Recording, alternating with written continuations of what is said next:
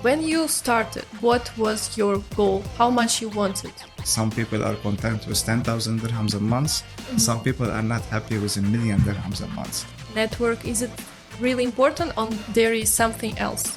You have to, in order for you to become great, you have to. I need to bring in value. I don't know how people make money there. Now I will show you.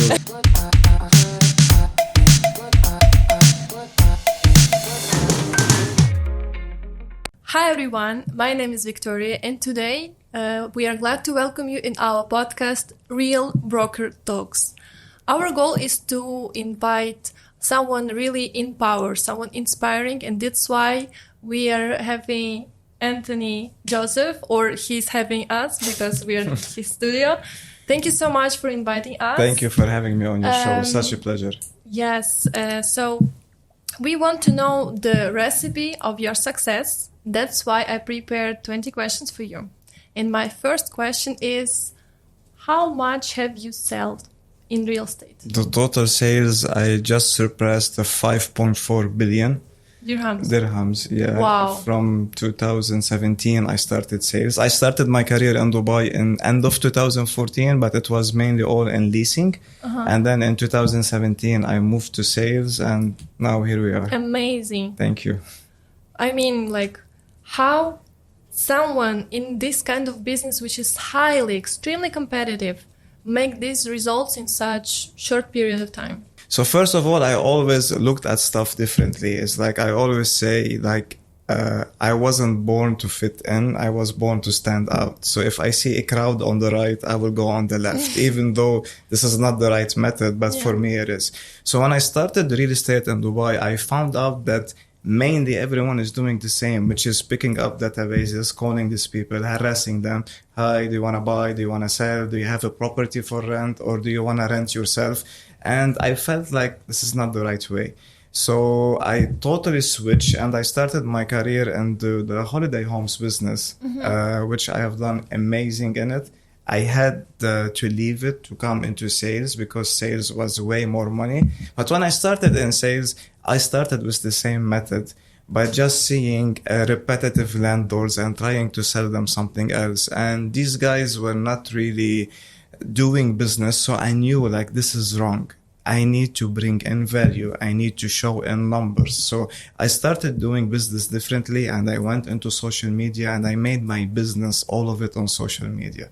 And bit by bit, I started to approach banks. I started to approach hedge funds manager. I started to approach let's say the stock traders or stock brokers. And I started chasing the money myself. And this is where the escalation and the volume of business happened. Because end of the day, if you want to do the traditional social media marketing, you can sell a studio 1 or 2 beds. But if you want to be doing these like 10, 20, 50 units, you have to be reaching out where the money is. Wow.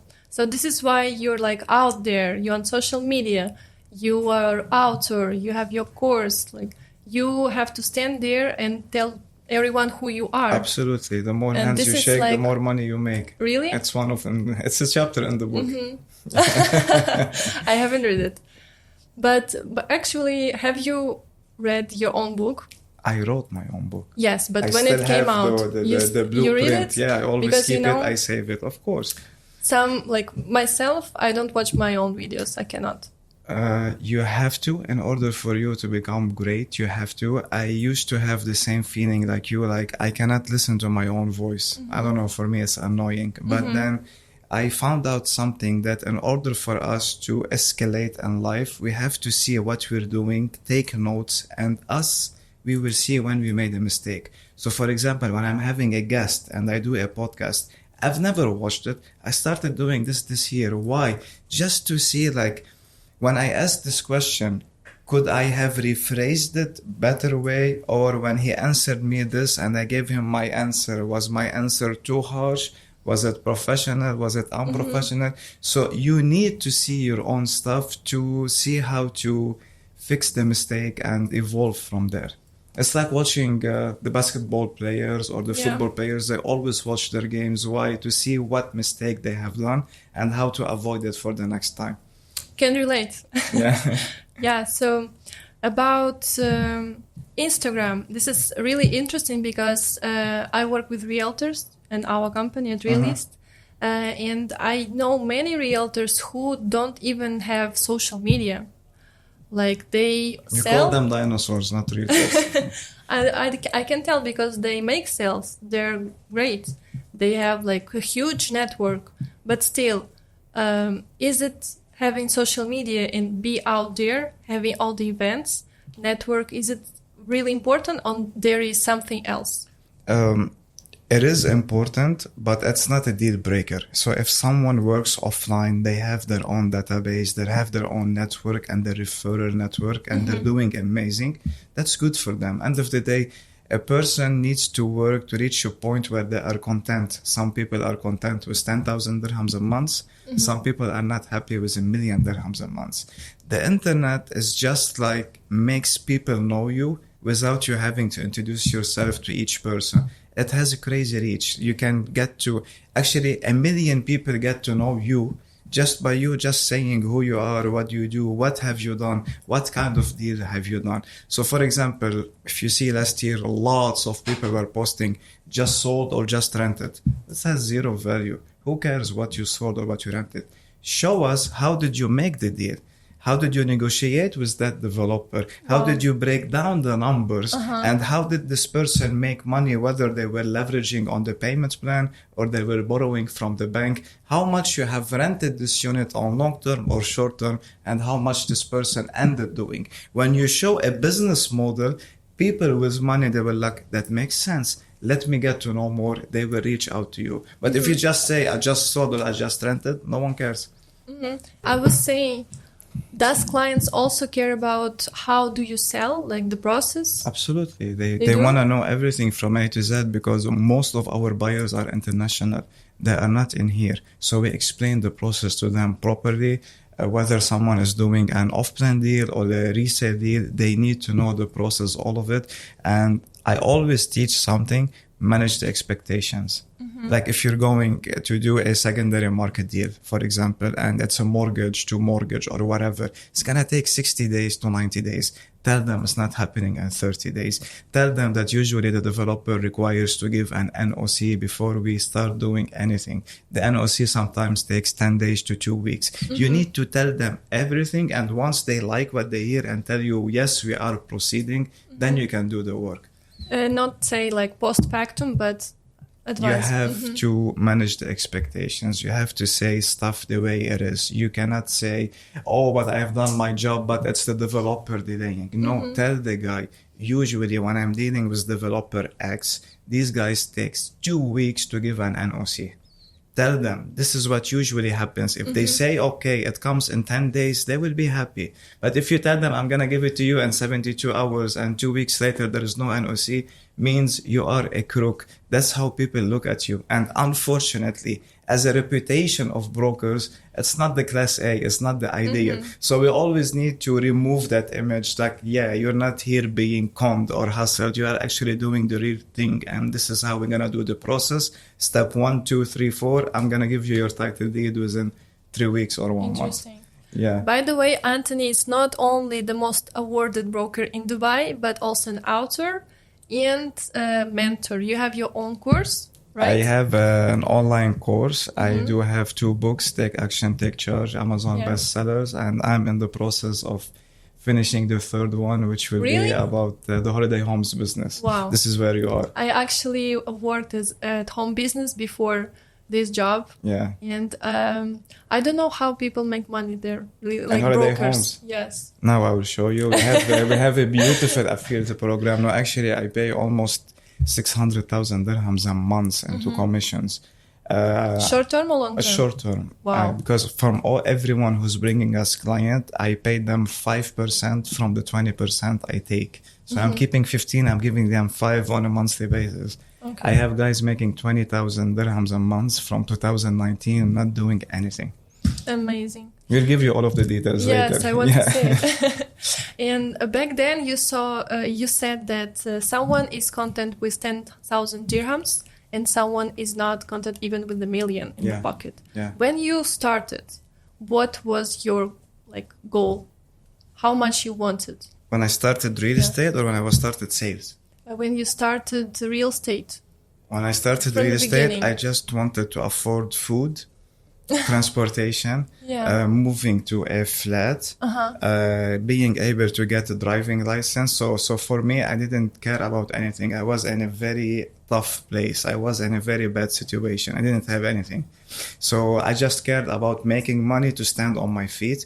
I remember when I made my first 2,000 dirhams deal. This was my first deal. It was a lease with a different agency, so the commission was split into four. I ended up doing 2,000 dirhams, so I was so happy. I bought some clothes.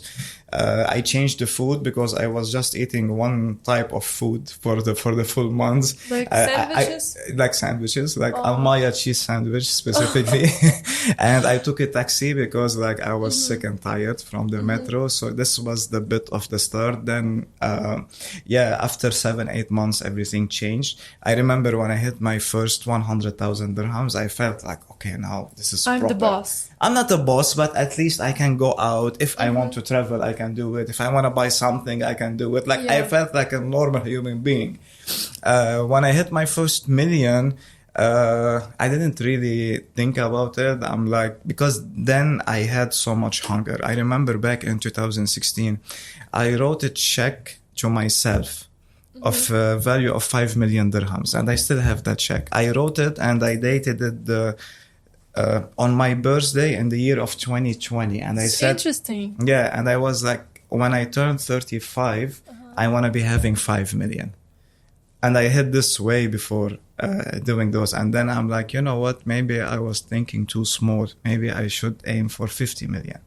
And that's how life is. You know, like always we have goals, but we always need to scale it, time exit, because we have so much capabilities, but we don't know our capabilities until we practice it. Yeah, this is actually very interesting because it's not like setting up goals, but also like an affirmation to yourself. Yeah. Do you believe that it changed everything? Absolutely. When I wrote that check, I put it on my closet. Why? It's like, because that's the first thing I see in the morning is my closet. So whenever I was waking up feeling tired or in a bad mood or feeling not to work, and then seeing that check again, and hold up, this is the reminder. This is why I need to go out from bed. This is why I need to go to gym. This is why I need to shower and to go to office. So it was a reminder for me as well as it was a challenge for me. As like when I was that broke and you told me in a few months you'll have 100,000, I would say you're crazy. And then after that, if you told me you're going to have 1 million, I'm like, you're crazy. But then I'm like, no, it's all doable. Back in the days, I used to look at millionaires as they are gods or descended from the skies. But then after sitting with them and talking to them, all what I found out that they are normal humans like us. There's no difference. The only difference they have is their conversation. They don't speak about other people. They don't care who dates who breaks up with who, celebrities, all of that. They just discuss ideas, how to turn it into businesses and make money. So when I shifted my mindset, I shifted all of my life. Everything changed. And now I'm still the same. Whenever I see there's a gossip or all of this little talk, I'm not there. I don't want to listen to it. I just want to sit down with people that we can do something together. We can make a difference. We can create something to fix people's problems. Yeah, and this is what gives me agree with you. pleasure and enjoyment, honestly. Yeah, absolutely. Like I think that your network, like people who you're dealing with, absolutely changed the game. If you're talk to like let's say losers who only like crying, you know what you the will not grow. conversation will be? The conversation always end up. When I was back, let's say, more than 10 years ago, my surrounding was making me feel that it's okay what we were doing, even though it was not okay. We're just wasting time. So this is why when I came to Dubai, I'm like, okay, enough partying, enough all of this bullshit. I've never got anything from it. I prefer to stay home alone, going through YouTube videos, reading books, rather than me doing the same boring stuff. And this is what changed everything in my life. And I still meet the previous friends that I had. We're still cool. We're still friends. We don't hang around. But they always tell me, we're super proud of you. We cannot believe like what you have achieved. I'm like, trust me, you can even do better than me, but you just need to cut all of these people from your life. You need to start doing 1, 2, 3, 4, and then eventually you're going to make it. Yes, absolutely. So coming back to your story, when you have started, you was broke on the first time. Like, it's normal for everyone who's stepping real estate. Yeah. Like, this is the procedure. And my question is, like, what do you advise to those real estate agents who quit on the first year because they cannot handle like rejection over and over again? I'll tell you something. Rejection is tough. In this industry, if you want to perform and do very well, you have to become a different person. You have to become emotionlessness. You have to become a person that if a client tells you F you, doesn't matter. You hang up and you speak to the other one. If you see someone is rejecting you, it's nothing personal with you. Your approach is wrong. So always see how people are reacting towards you and start analyzing. First of all, maybe I'm pushing someone to buy a property, but this someone is not a buyer. They're not interested. What does this mean? Means I didn't qualify this person properly. I have issues qualifying. Let me learn how to qualify. Let me learn how to ask the right questions in order for me to validate that this person has an interest in real estate. And then I see what's his situation, what he can afford, what I can do for him if I get him a broker, if I can get him a mortgage or I can get him a payment plan. So this is the first part. The second part, again, you don't practice what you see in the market, same cold calling, the harassment. You have to create value. Now, if you have an issue approaching people and being sociable, maybe this industry is not for you. Because in this industry, you have to meet as many as possible. You have to shake hands. You have to let the world know that you are a broker. And not only a broker, that you are a successful broker. In my book, and the first one, Take Charge, chapter number 9, I say, follow the cheese. What does this mean? Follow the money. Where do you find money in Dubai? First is in banks. Second is in luxury cars, luxury boats, luxury brands and hotels. This is where the money is. So by you being a proper broker, go meet these guys, show them what you have done, what kind of sales you have done, and tell them whenever you have a client coming in here, you can refer me. I will do the business and I will cut you off the commission 20%, 25% referral fee regardless. In this way, you start getting verified clients. It's not like just going to anyone, sir, buy on Monday, I'll flip it to you on Friday. That imaginary story where most have done it. So yeah, this is number 2. It has to be done. And number 3, you have to target a niche. Most of the brokers in here, they're not Emiratis. Some are Brazilians, some are French, some are whatever. So start targeting your people by doing videos, by promoting it in that specific country. Talk to them. Today, we have seen that Canadians have to pay 66% capital gains on their properties. Nuts. What does this mean? Let me sell Canadians. Why? I have 0 capital gain tax on Dubai.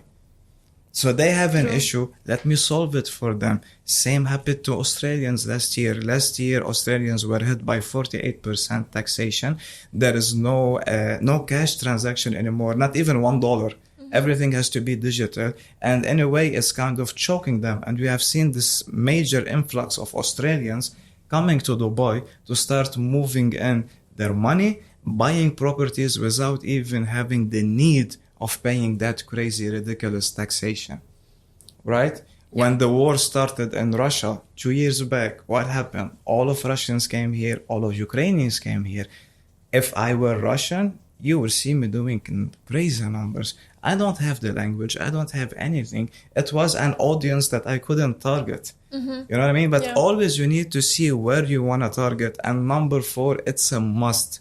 Every day, before, let's say, picking up your phone and trolling or scrolling on Instagram and seeing all of this non-stuff, why don't you open Google News and see the top 10 news, what's happening in the world? You will understand if gold is going higher, what does this mean? It means people are worried. They don't want to buy properties. They're putting their money into Savings. Self-assets. When gold is dropping, means people are liquidating, they want to invest. So you start following these trends because everything is related to human emotion. We can see where humans are feeling good and when a human are filled with fear. And based on this, you know which country to target, who to talk to, and what kind of offer to give. So the real estate is way bigger than picking up a database and calling people, because definitely this will never end up in a good situation. Yes, absolutely. I agree with you. And shall we talk about Dubai market itself? I am your guest. Talk to me about whatever you want. Thank you. So we talk about this war situation, and I'm Ukrainian myself, and all of my relatives start to talking about like, real estate market is going down, blah blah blah. All Russians already bought everything. Market is going down. They don't want to buy anymore.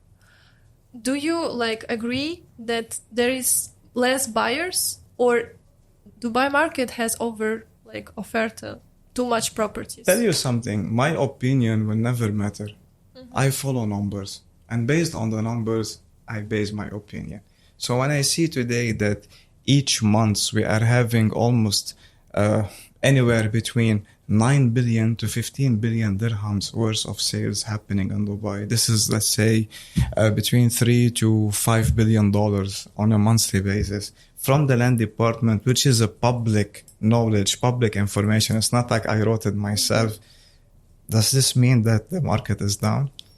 No. When I see the rentals keep shooting up year on year, 15, 20%, God knows what's the percentage from 2020.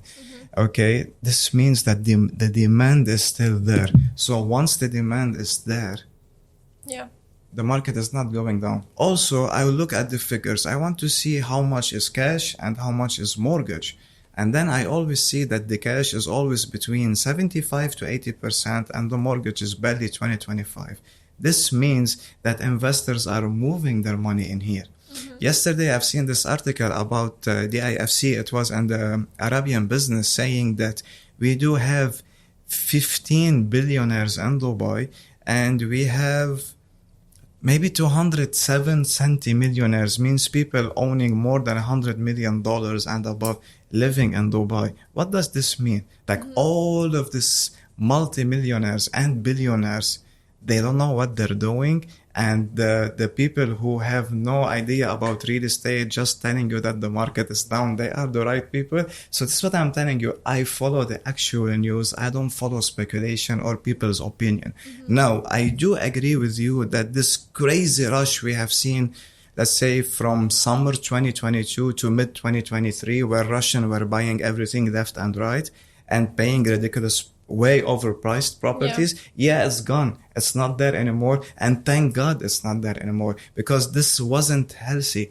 This was affecting the mentality of landlords, because when landlord, let's say, wanted to sell something logically priced at 2 million and they're seeing this crazy transaction, they were like, hold up, let me sell for 2.5. But the 2.5 was not achievable. Some guy, for any situation they had, or for the lack of experience, or they were dealing with an unprofessional broker that they pushed them to buy 2.5 and they have done it. This doesn't dictate the price of that cluster or that area. So that rush is not there anymore, and thank God it's not there anymore. Now we're seeing the healthy, the logical real estate, where properties are still going up, but in a steady and a healthy way, not skyrocketing, because whatever skyrockets like that usually dips like that. So what's happening now is extremely healthy, and relocation to Dubai is still really high. People are still having huge demand for properties, and this is why we're seeing this major increase happening. I can tell by the streets, they're like we cannot even drive anymore. We're waiting for the flying cars so we can breathe. Yeah, absolutely. I was wondering, do you remember your first, not first, but the biggest deal? You know, I've never done a huge deal like selling an area or 20 buildings, but I have done a huge volume of sales. So I have closed over 750 properties in Dubai. Now they were varying, let's say, from 1 million to 7 million, 8 million dirhams, but I've never had that crazy deal. Like, for example, I did a building in Jumeirah Gulf Estate, which was almost for 50 million. Okay. Another building in Maidan, same value. Yeah. But I've never done that 400 million, 500 million villa. It never did. Because I sell investments. I don't sell ready properties. Even now I'm doing resale, but I'm still doing resale of the off-plan properties, not the ready ones. Okay. So yeah, I don't have a huge one deal, no, but a lot of volume.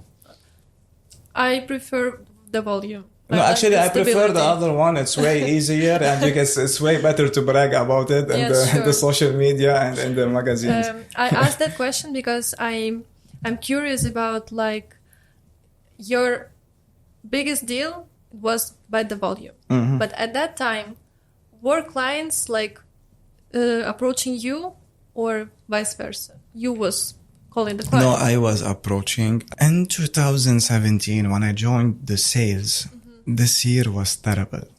I did 4 sales in 1 year, and I'm like, you stupid. You were doing so much money in leasing. I was almost doing like 50,000 dirhams a month. You left all of this to go into sales thinking you will make way more money, and now you're barely making money. So I'm like, okay, I need to find a way. And this is where I'm always learning, always. I'm a freak. I'm obsessed of learning. So I was going online and seeing how people are doing it. And I saw that back then, the email marketing was wow. So I just like, okay, looked how to start. I remember I created a free account on MailChimp, which I was allowed to be sending out 2,000 emails per week for free, something like that. And I started sending out the email, and I started getting lots of leads and calling them. And yeah, they were interested. Now, most of them, they didn't close the same project that they inquired for because I knew how to cross-sell to something similar, but it worked with me amazingly. And I remember I even reached a point where I was generating leads more than the company was. Okay? Yeah. Did amazing in this.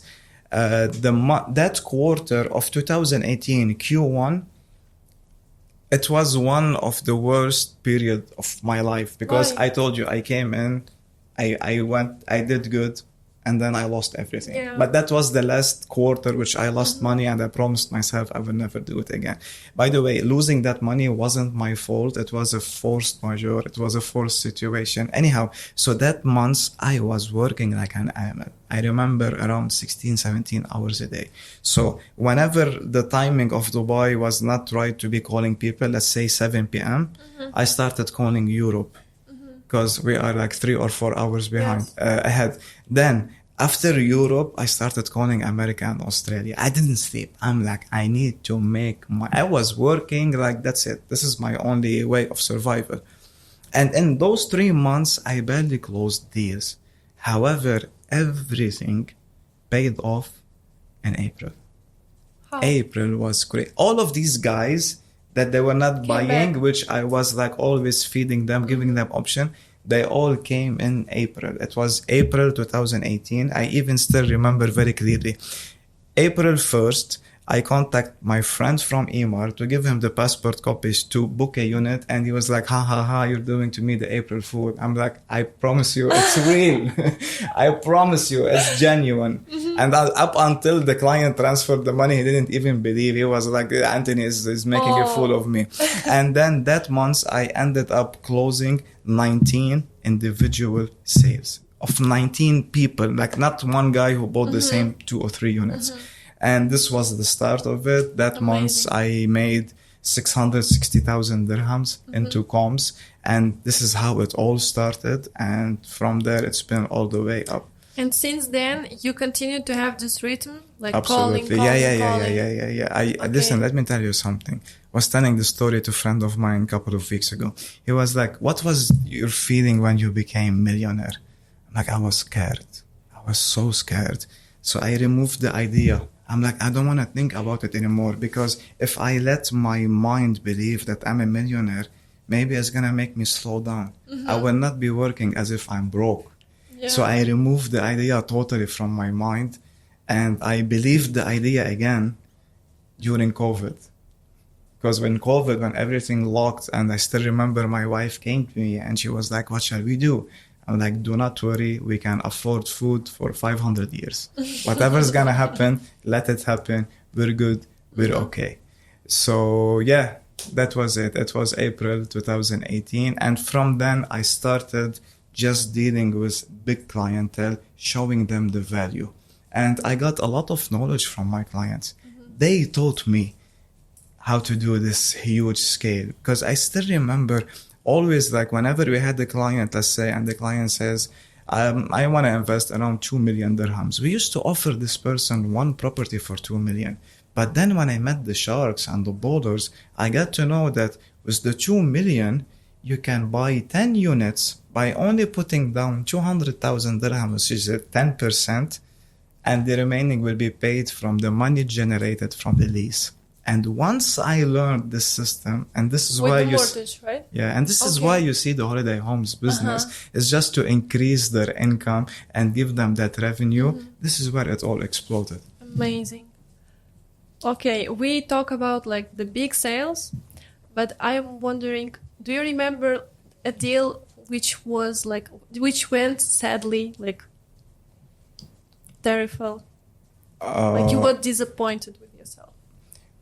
Not really. There was lots of deals that fell through. It never happened, but mentally I'm too strong. Like, I've been born in the Civil War. I lived the first 8 years of my life in a basement.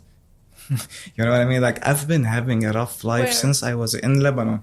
So it's just like all of this stuff, it doesn't really affect me anymore. So for example, I remember that it was on a Friday where I met a client and I knew she's huge.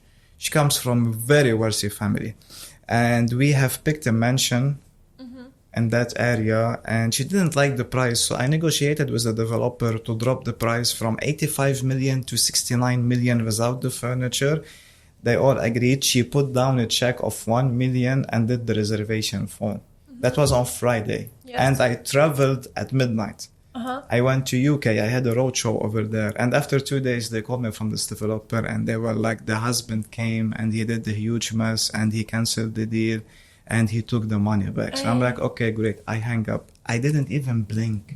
Really? I don't care. How? Because strong, it's really. happened to me so many times. So I got to understand that I cannot ever count a deal that it happened up until the SPAs are signed and the client has paid minimum the 24%. Okay. This is the only way that my commission is guaranteed to be paid. So until then, the deal is not closed. If they pay down payment, they sign the reservation form, but they never signed the SPA, the deal didn't happen. So yeah, because it happened so many times to me, I don't care anymore. So I had lots of those, and the commission was almost like $800,000. I don't care anymore. It wasn't meant to happen. You know what I mean? So just like throw it and go for the next opportunity. You don't take it personally. That's what I'm telling you. You have to become emotionless.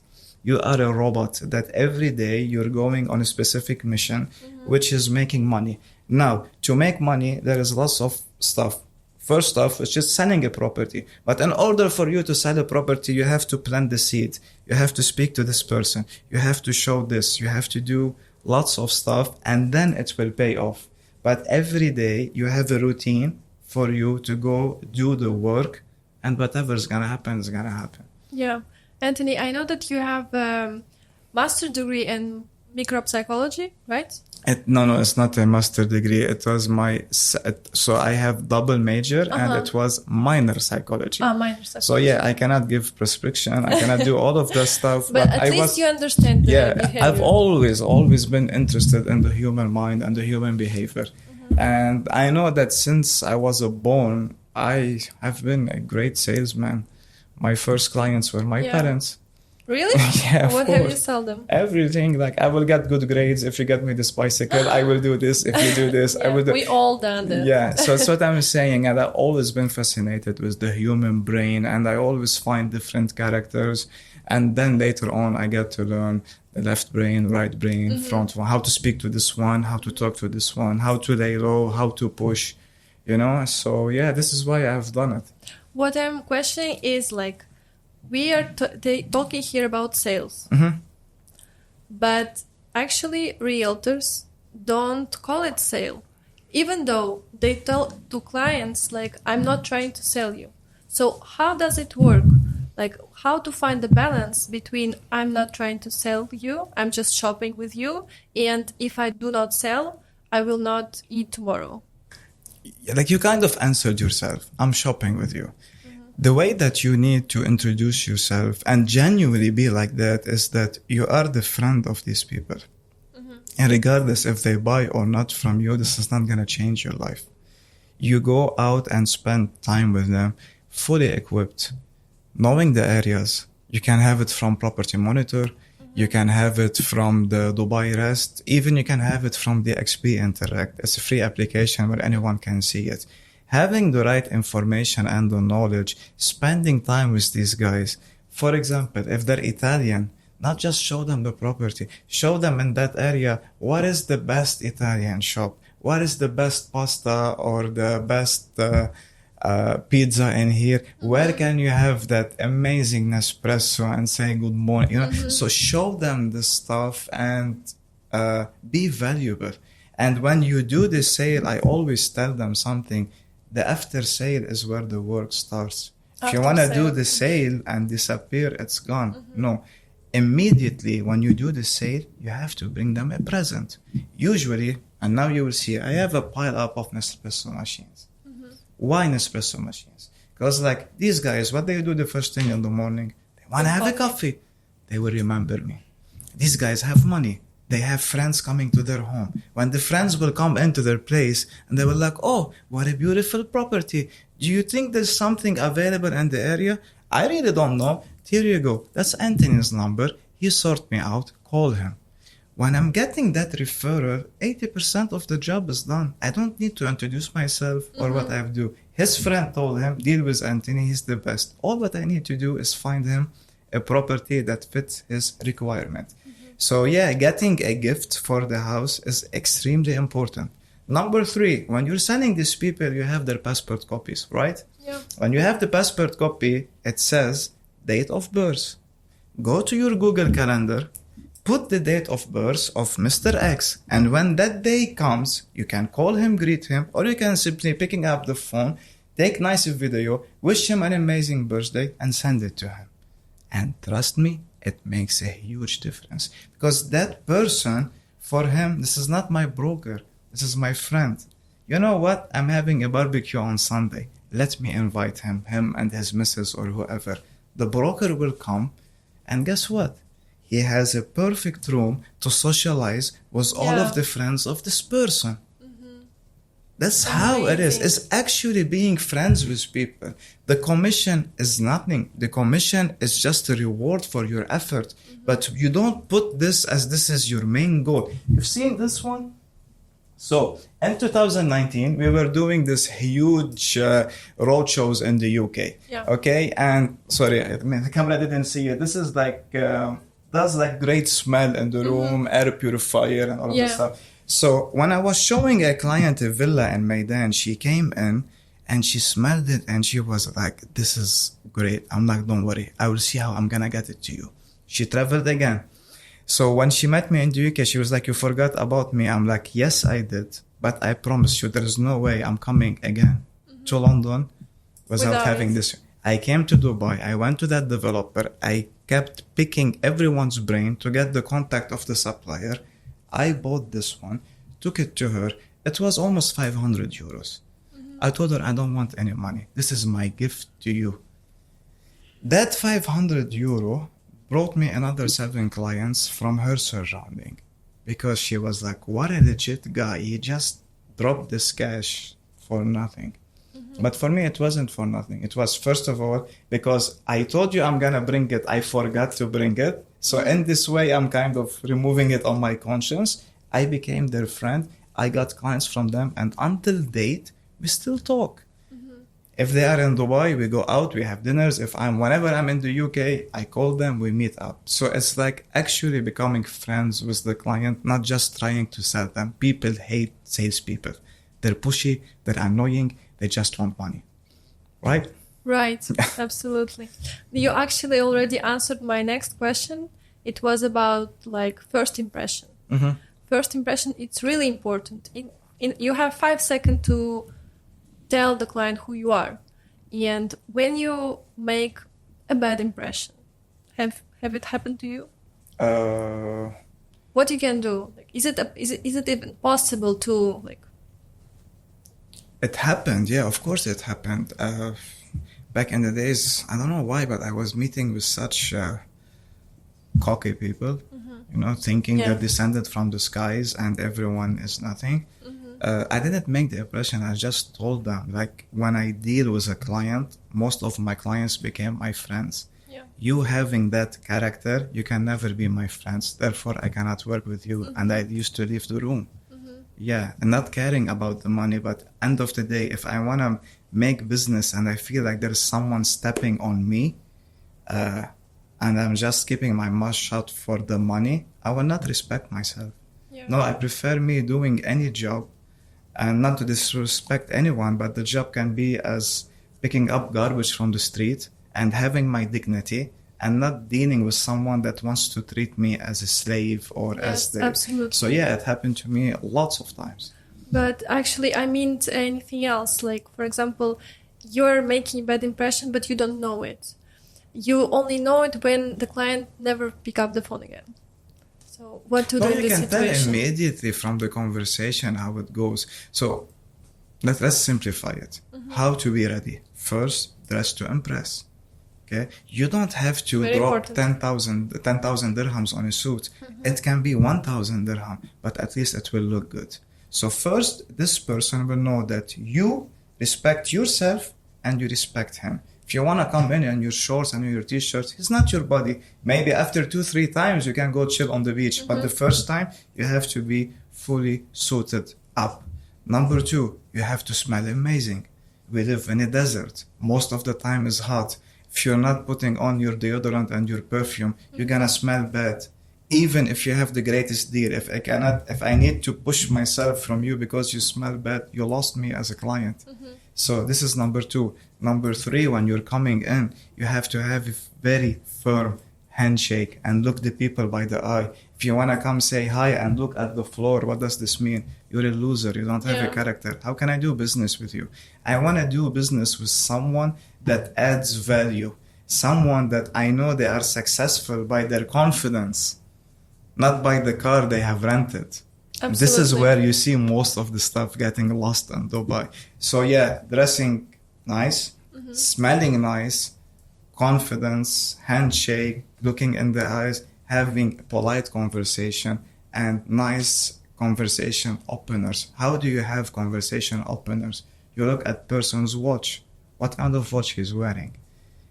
If it's expensive and you can tell what that watch is, you just became his friend. Because if a collector knows that, okay, this guy knows this, means he's knowledgeable, he's done his study, I can have a conversation with him. You speak a bit about the watches, how did he get it, what do you have, how did you get it, and then later on you will like, follow me to the model, let me start my presentation. And you do the presentation very well, and then you crack few jokes with the missus, because always the wife has to be happy. If she doesn't say yes, the deal will never happen. So you have to kind of control the ability room. of small talk is really important. Yeah, small talk, but not little talks, not the city, like the weather is amazing today. No one cares. If there's a sandstorm, it's sunny, we're here to do business, I'm here to buy a property, what do you have for me? So just the nice talks, you know what I mean, to divert a bit from the business and go straight away for the business. After you finish the presentation, regardless if they bought or not, invite them to lunch. They're Greek. There's an amazing Greek restaurant just next door. Come, let me take you. You'll love the gyros over there. Yeah. Even if they don't buy, but just you acting in this nice way with them, they will remember you. Absolutely. Yeah. Agree with you. And when we all know that in real estate, the market is volatile. Yeah. Sometimes people want to buy off plan, then they want to sell it because they are flippers. What is your advice? What do you tell to your team on the selling market? Never do that. Never do that. Again, this new trend started from where the Russian came. Yeah. And That's why I'm asking. all of those agents starts telling people, look, this guy bought in January and he sold in March, he made 20%. I'm telling you, you don't have to have the price. Just get the down payment. I'm going to flip it to you. And this people should be in jail. Yeah, then they disappear. They should be in jail because you are destroying someone's life. You are taking all of his savings. For you to make $10,000, you're dipping the guy with $100,000, $200,000, $300,000. Shame on you for even starting this conversation. The off-plan is very simple. Why people buy off-plan? It's for two reasons. Reason number one, it's an easy payment, so they will take it because they cannot take a mortgage from the bank for whatever situation they are in. Number two, if you buy off-plan means I'm looking in a specific area on a new specific project. So for example, let's say you are buying in beachfront in Amar. Why you buy off-plan? Because it's a new master community. I pick off-plan because I can get the views that I want rather than me waiting for it to hand over after 4 years and seeing how much that owner wants to sell it. I will pick it when it's off-plan. But you can never sell off-plan and make money while it's under construction because people don't know it. And we've seen this trend from 2021. Everything I have sold, when it got ready, we are selling it and people are making anywhere between 80 to 150%. Huge shot. So means if they're making 100%, in this 3 years, each year they were making 33%. But to tell the guy, buy it and under construction, I'm going to flip it for you, you will be lucky if you break even. Yeah. So yeah, it doesn't work this way at all. And no one should believe this. It never happened. I feel relieved because I have the same opinion. Like, I hate these people who are telling, let's put a down payment and in 3 months I will sell it to you. Yeah. Then they disappear and halas. And always, whenever I sell something, before selling something, I sit down with this person and tell him, tell me what's the purpose of your investment. If you're a flipper, there is very specific properties in a building we can pick for flipping. If you are coming for a midterm, let's say to something between 3 to 5 years to shoot up in price and make good return, I advise on the master communities. If you are here to make the money sleep as a long term for 10 years, let's go in this area. It's still desert now, but following the plan is gonna shoot up. So always I understand what's the purpose of investment and I do it. And I tell them in between, if you tell me I'm gonna hold between 3 to 5 years, make sure you have money to sufficient for your life for this 3-5 years. Because if you're gonna use this property after 1 year, tell me, Anthony, I wanna sell it, I won't do it for you. So I manage their expectation. I can tell them what I will do and what I will not do. And when they will say, okay, we proceed. And I always make sure that all of my conversations are written. So in case you tell me, oh, you didn't tell me, that's the screen. I told you. And you said life hack. Yeah. I get to learn this in Dubai. Everything I do is always written. And this is where we get our credibility from. Yeah. Yeah, and I can tell you confidently, no one has ever bought a property with me and lost money. No one. This is scale. It's amazing. Okay, I think I have a last question for you. How do you start your day? What do you do, like from the morning till evening, right now? I never put my phone where I sleep. So I'm living in a villa. I leave it downstairs. I wake up. I pray, go down straight away, have my coffee, then go to the gym. It's like 2 minutes walking from my home. I do my workout, come back home, shower, get dressed, come to the office. When I come to the office, I am managing lots of businesses in Dubai. I start seeing each company, their reporting, what has been done, what do I need to schedule for the team in here, the marketing team, the reservation team, the listing team. I give them all what they need to do, the task. And then I start checking my own stuff, my own sales, my own clients. scheduling the day in the morning, seeing the news, scheduling the meetings for the afternoon, see what kind of meetings I have, whether they are for holiday homes or for any other business or for sale. Go meet my people, and then when I finish, I always try to do something nice with the family, whether we go out or we stay in, or a movie night or a card night or whatever that is, just kind of to feel that I gave everyone justice in my life. I used to make a huge mistake, which I was just focused on work, neglecting my friends, my family, everything. Now for me, no, work is not a top priority. It's not my number one priority anymore. So I do what I need to do, and that's it. And the rest, I try to make that balance. It never happens. Always work takes 75% and personal life takes 25%. But still, it's impressive how in 24 hours you put so much stuff to do. Yeah, I mean, it's not hard. I mean, I'll tell you something. You see the smokers, do you know that they waste almost 2 hours and 20 minutes in this building having cigarettes? You've seen the elevator. Okay, so every time they try to go down, it takes them almost 25 minutes. Yeah. They minimum have 3 cigarettes a day. Not to mention that they need to hang around people who smokes, and everyone wants to share their own miseries. And usually what are the smoking conversations? Either last night football game, or last night who did they hook up with, or just like a little meaningless conversation. So if they don't smoke, they're just saving 2 hours and a half. I used to be a smoker for 21 years. How did you quit? And one day, I just threw it. I said, never again. And that was in 1st of June 2021, almost 3 years ago. Okay. I knew it's killing me. It's wasting my time. And when I'm doing it, I'm being surrounded by people that are not really giving value to my life. Not to mention that it was giving me some kind of sickness. So I'm like, not again. So for the smokers, this is 2 hours and a half. Multiply this by a week, by 22 days of working, you will see how much time you can be more productive by the day. Number 2, Instagram. How many times we lose ourselves scrolling. I was like, fuck, it's been 1 hour, what I'm doing. You know what I mean? I'm not telling you don't use it, because eventually you have to use it. It's becoming now our business. Everything is coming from Insta. We got to meet each other from Instagram. Yes. So I'm not saying it's bad. I'm just saying utilize it properly. Like there's a lot of educational stuff over there, way better than that rave that happened in Egypt or happened in Dubai or whatever. You know? So there is lots of important stuff that you can take it on. And if you know how to break down your day, you can be way more productive. I'm going to give you the books. I have a chapter specifically for this, which is called Time Management. Yeah, I would love to. Yeah. So, like you can do a lot. You just need to have a routine. Let's say I wake up at 7. Great. By 8, I have to be in the gym.